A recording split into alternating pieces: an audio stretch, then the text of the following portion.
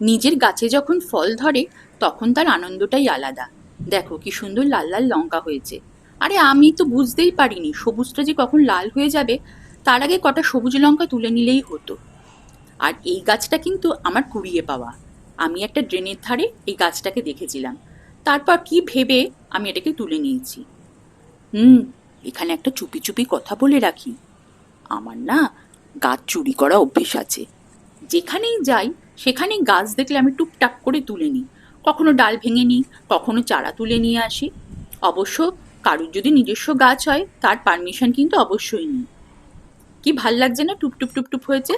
আর এই দেখো আমার আরেকটা হলো পুঁই শাক গাছ। এইবার আমি এটা দিয়ে রান্না করছি। বেগুন পড়ে গেল ঝোলের মধ্যে, টক টক করে বেগুন পড়ছে। দিলাম কাঁকরোল, কুমড়ো। কুমড়োটাও কিন্তু আমার গাছে। তেলের মধ্যে পড়ে এরা চড়াক চড়াক করে নাচছে। শুনতে পাচ্ছ আওয়াজটা? আর এই আমার কচি পুঁই শাক।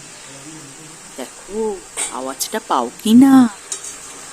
নাড়ন ঘাটন হচ্ছে। সর্ষে বাটা দেব, এবার পাতে পড়ে যাবে। আজকে এই দিয়ে আমার দুপুরের লাঞ্চ হবে। হুম, আর ওই যে ওইদিকে ভাতের হাঁড়িতে ভাত বসিয়ে দিয়েছি। ভাত, আলু সেদ্ধ মাখা আর পুঁই শাক চচ্চড়ি। এই হলো আজকে আমার দুপুরের লাঞ্চ।